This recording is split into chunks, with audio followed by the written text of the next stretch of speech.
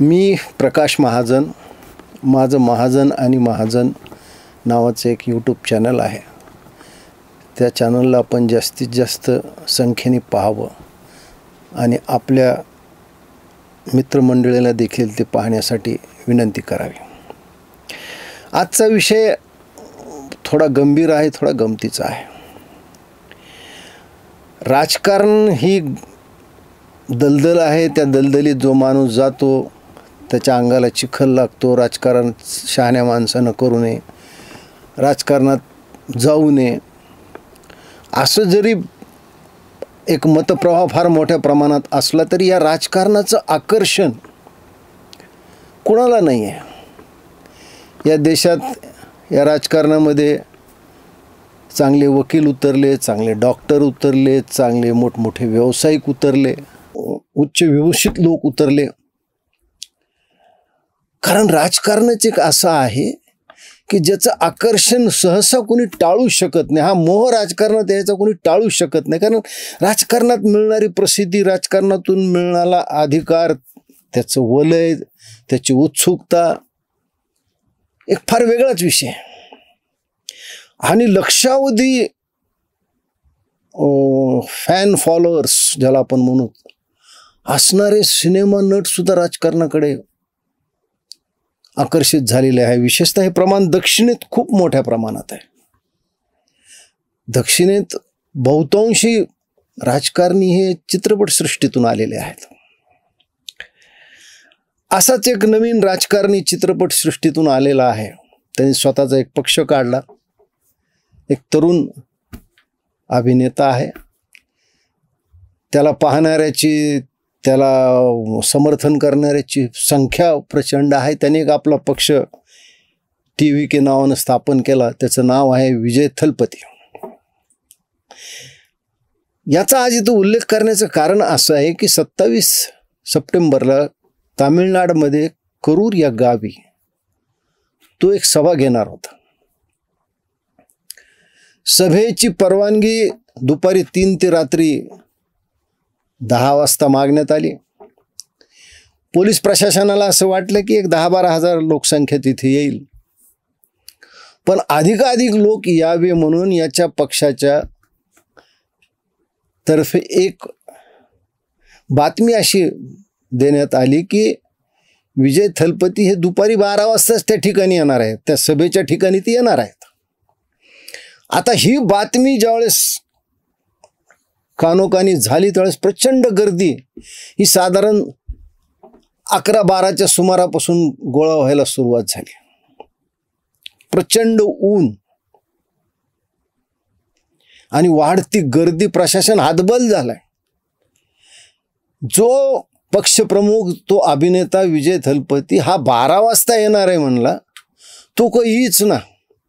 12 वाजले, 1 वाजले, 2 वाजले, विजय थलपतीचा कुठे पत्ता नाही. गर्दी तर वाढत चाललेली आहे. उन्हामुळं गर्दीचे बेहाल. महिला आलेल्या आहेत, पुरुष आलेले आहेत, त्यात तरुण आहेत, वृद्ध आहेत, महिलांच्या कडेवर त्यांची लहान मुलं आहेत, कुणी हातात आपलं लहान मूल घेऊन आलेले आहेत. अशी प्रचंड गर्दी वाढली आणि उन्हामुळे तहानेने लोक व्याकुळ झाले.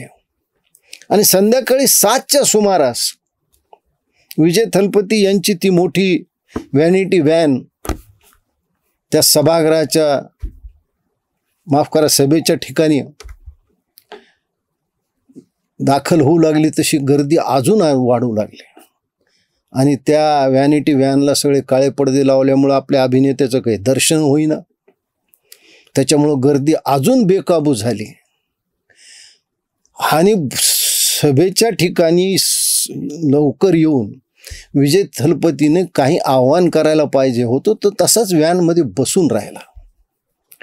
आणि काही वेळानं तो ज्यावेळेस बाहेर आला तोपर्यंत एक 50-60 हजार लोक तिथं जमा झालेले होते. हे सकाळी 10:30-11 वाजेपासून आलेली ही गर्दी संध्याकाळी 7-7:30 वाजलेत. उन्हामुळं तर आधीच त्यांचे बेहाल झाले, पाणी प्यायला मिळेना. आणि अशात एका महिलेचं लहान मूल हरवलं. ही बातमी स्वतः विजय थलपतीनं सभास्थानाहून सांगितली त्यावेळेस तर अजून गोंधळ उडाला आणि प्रचंड धावपळ आली. या धावपळीमध्ये शेकडो लोक तुडवले गेले, लहान मुलं तुडवले गेली, महिला तुडवल्या गेल्या, वृद्ध माणसाचे तर हाल झाले. म्हणजे ॲम्ब्युलन्सला जायला सुद्धा वाट करून देणं अवघड होत गेलं. या सगळ्या प्रकारामध्ये जवळपास 40 लोक मारले गेले. या 40 लोकांमध्ये 16 महिला आणि 7 बालकं होती. आजही 50 ते 55 लोक ICU मध्ये भरती आहेत. ते जीवन मरणाशी संघर्ष करतायत. म्हणजे दक्षिणेतल्या लोकांना चित्रपट अभिनेत्याविषयी असलेलं आकर्षण, एवढ्या लोकप्रिय अभिनेत्याला राजकारणाविषयी असलेलं आकर्षण, याच्यातून हा सगळा गोंधळ उडाला. सभेच्या जागी चपलांचा बुटांचा खच पडला. लहान मुलांचे, महिलांचे, पुरुषांचे इतके हाल झाले. प्रशासन हातबल झालं, गर्दी आवाक्याच्या बाहेर गेली. हे सगळं सांगण्यामागं माझा एक उद्देश आहे की एवढी सगळी दुर्घटना होऊन या देशाचा एक विशिष्ट विचार ठेवून एका विशिष्ट विचारसरणीला मारण्याचा निश्चय करून जो लिब्रांडो पत्रकार आहे, जे लिब्रांडो पत्रकारिता आहे, याच्यावर गप्प बसलेत. कुणी विजय थलपतीला असं सांगितलं नाही की तुझं पक्षाचं दुकान बंद कर. कुणी हे सांगितलं नाही की तामिळनाडूचे मुख्यमंत्री स्टॅलिन यांनी राजीनामा द्यावा. कारण या सगळ्या लिब्रांडो पत्रकाराचा एकच अजेंडा आहे की हिंदुत्ववादी कुठेही सापडले तर त्यांच्यावर खोटे नाटे आरोप करा आणि त्यांना कसं जास्तीत जास्त बदनाम करता येईल ते करा. माग महाकुंभच्या मेळाव्यामध्ये शाही स्नानाच्या वेळेस जी गडबड झाली, त्यात जी काही हाताहात झाली, जी काही मनुष्यहानी झाली, अत्यंत दुर्दैवी होती. पण त्याचं एवढं मोठं वर्णन, अतिरंजित त्याची सगळी बातमी करून सगळ्या जगासमोर मारणारे लिब्रांडो पत्रकार करूर तामिळनाडूमध्ये झालेल्या घटनाविषयी मूग गिळून गप्प का?